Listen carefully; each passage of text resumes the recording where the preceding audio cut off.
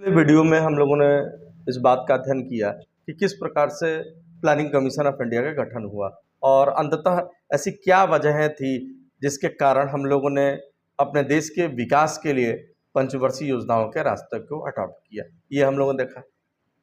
इस लेक्चर में हम लोग जो स्वतंत्रता के बाद जब योजना आयोग का गठन हो गया तो फिर किस प्रकार से विभिन्न योजनाओं का संचालन हुआ, उसकी उपलब्धियां क्या थी और विभिन्न योजनाओं में क्या क्या लक्ष्य निर्धारित किए गए, उस पर हम लोग स्टडी करेंगे। तो हम बता दें कि योजना आयोग के गठन के बाद जब 1950 में जब योजना आयोग का गठन हो गया, प्लानिंग कमीशन ऑफ इंडिया का, तो जो फर्स्ट 5 ईयर प्लानिंग था ये 1951 से लेके 1956 तक इसका टेन्योर था और जो प्रथम पंचवर्षीय योजना थी उसका मुख्य लक्ष्य एग्रीकल्चर डेवलपमेंट था।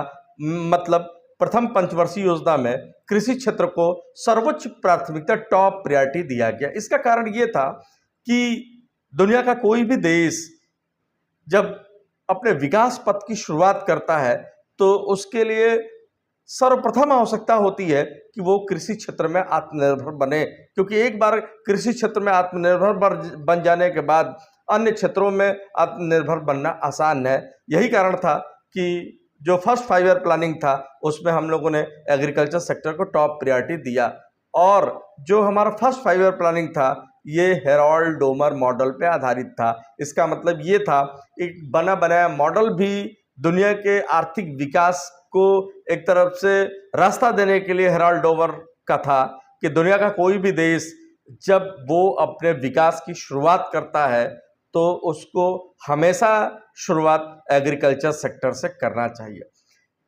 इसके अलावा कुछ और भी लक्ष्य थे, जैसे इसमें यह भी लक्ष्य था कि जो द्वितीय विश्व युद्ध के दौरान और विभाजन के कारण जो अर्थव्यवस्था का विकास अवरुद्ध हुआ था उसको एक बार फिर से गति प्रदान करना और साथ ही साथ देश के विभिन्न भागों में जो क्षेत्रीय विषमता थी, एक भाग से दूसरे भाग के मध्य जो विकास के मामले में विषमता थी, इसको दूर करना भी प्रथम पंचवर्षीय योजना का लक्ष्य था। और आपको बता दें कि भारत के आर्थिक विकास के इतिहास में स्वतंत्रता के बाद जो मल्टीपर्पज प्रोजेक्ट हैं, बहुउद्देशीय परियोजनाएं जो नदी घाटी परियोजनाओं के नाम से जाने जाते हैं, बहुउद्देशीय परियोजनाओं का काफ़ी अहम योगदान है।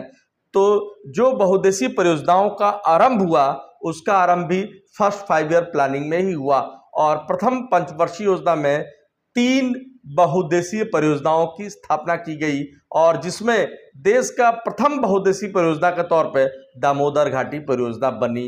इसके अलावा उड़ीसा में हीराकुंड परियोजना बना, इसके अलावा भाखड़ा नांगल परियोजना बना और ये दुनिया के लिए एक तरह से मिसाल था, खास तौर पे चीन जैसे देशों के लिए तो मिसाल था।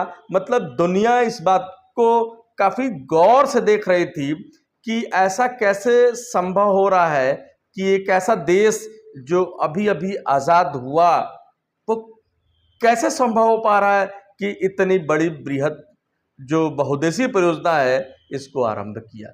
और अंततः जब योजना समाप्त हुई प्रथम पंचवर्षीय योजना तो ये काफ़ी सकारात्मक रही और यही नहीं, इस पंचवर्षीय योजना के दौरान जो लक्ष्य निर्धारित किए गए थे उन निर्धारित लक्ष्यों की अपेक्षा अधिक प्राप्त हुई थी और वास्तव में जो फर्स्ट 5 ईयर प्लानिंग था इसकी सफलता ने हमारे जो राष्ट्रवादी नेता थे उनके मन में पंचवर्षीय योजना को लेकर जो संदेह था वो भी समाप्त हुआ और साथ ही साथ जो भावी योजनाएं थी उनके लिए एक तरह से मोटिवेशन का काम किया ये प्रथम पंचवर्षीय योजना।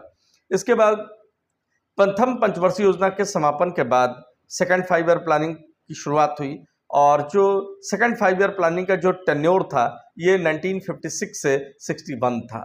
अब देखिए जो सेकंड 5 ईयर प्लानिंग था इसमें भी विकास के लिए हर पक्ष को ध्यान दिया गया। हाँ, लेकिन जो सेकंड 5 ईयर प्लानिंग था ये बेसिकली इंडस्ट्रियल सेक्टर, औद्योगिक क्षेत्र के विकास के लिए समर्पित था और उस औद्योगिक क्षेत्र में भी खास तौर पे आयरन एंड स्टील इंडस्ट्री के विकास के लिए समर्पित था। हम बता दें कि उद्योग तो तरह तरह के होते हैं और उद्योगों में ही एक आधारभूत उद्योग होता है बेसिक इंडस्ट्री जिसको कहते हैं, कोर इंडस्ट्री कहते हैं।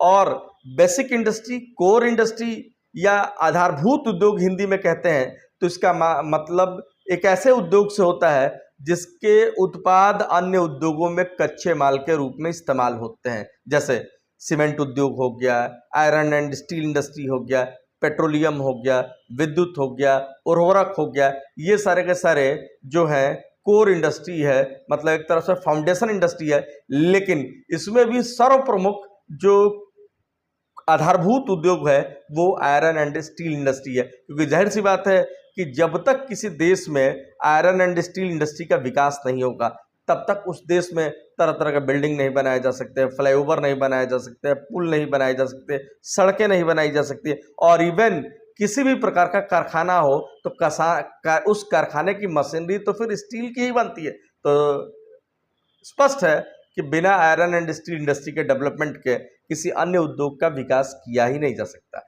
और एक दूसरी बात भी है कि यद्यपि जो development of iron and steel industry है इसकी शुरुआत आज़ादी के पहले ही हो गई थी, जैसे कुल्टी में, हीरापुर में, बर्नपुर में। उसी तरीके से 1907 में जमशेदपुर में टाटा जमशेद जी ने भी आयरन एंड स्टील प्लांट की स्थापना किया था।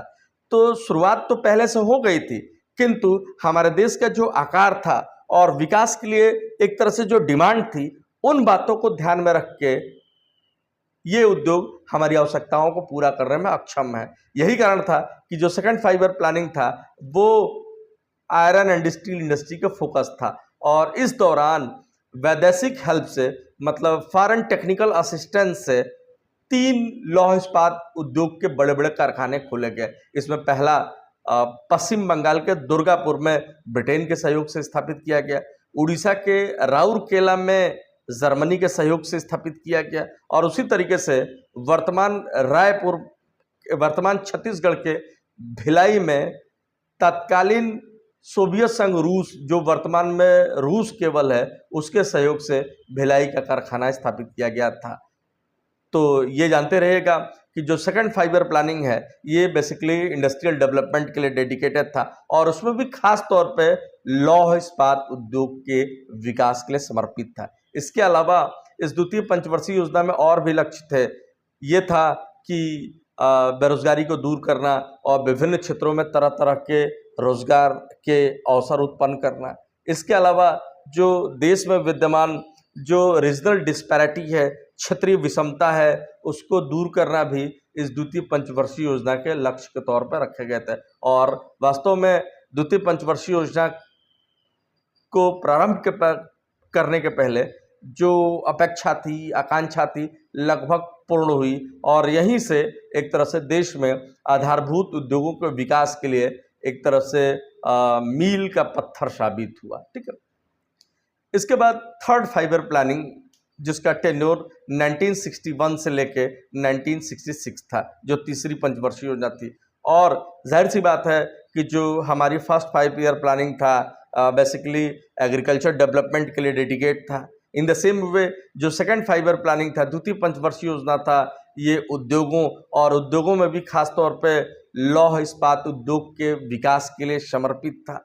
तो जाहिर सी बात है कि दोनों पंचवर्षीय योजना की सफलता ने तृतीय पंचवर्षीय योजना के लिए एक तरफ से बड़ा व्यापक मोटिवेशन का काम किया, और इसी मोटिवेशन के पृष्ठभूमि में थर्ड फाइबर प्लानिंग की शुरुआत हुई। और थर्ड फाइबर प्लानिंग में मतलब ये था एग्रीकल्चर और इंडस्ट्रियल, मतलब कृषि और औद्योगिक क्षेत्र दोनों के विकास को आगे बढ़ाया जाएगा। इसका मतलब है कि खाद्यान्नों के मामले में आत्मनिर्भरता भी हासिल किया जाएगा, किसानों की आय भी वृद्धि किया जाएगा, और इसके अलावा जो द्वितीय पंचवर्षीय योजना में आधारभूत उद्योग के तौर पे केवल आयरन एंड स्टील इंडस्ट्री को खास फोकस किया गया था, अब अन्य भी आधार उद्योगों के विकास की बात की गई थी। इसके अलावा रोजगार के अवसर सृजित करना, इसके अलावा देश में अधिक से अधिक समानता स्थापित करना, इन बातों को ध्यान में रख के थर्ड फाइबर प्लानिंग की शुरुआत की गई। लेकिन आज तक जो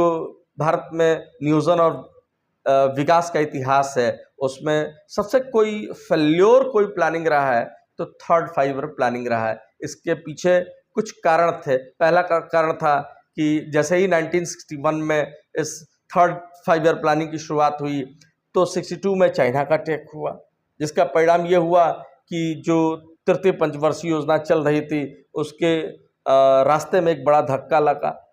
चीज़ें फिर से पटरी पे आई। तब तक 1965 में पाकिस्तान के साथ युद्ध हुआ और अंततः फिर 1965 और 66 में एक भयानक सूखा पड़ा। इसका मतलब है कि चीन और पाकिस्तान के साथ युद्ध और 2 लगातार वर्षों में सूखे का परिणाम ये हुआ कि जो तृतीय पंचवर्षीय योजना थी अपने वांछित लक्ष्यों को प्राप्त नहीं कर पाई और एक प्रकार से असफल हो गई। और आगे देखेंगे कि कुछ समय के लिए तृतीय पंचवर्षीय योजना के असफलता ने हमारे जो नीति निर्माता थे उनको बड़ा निराश किया।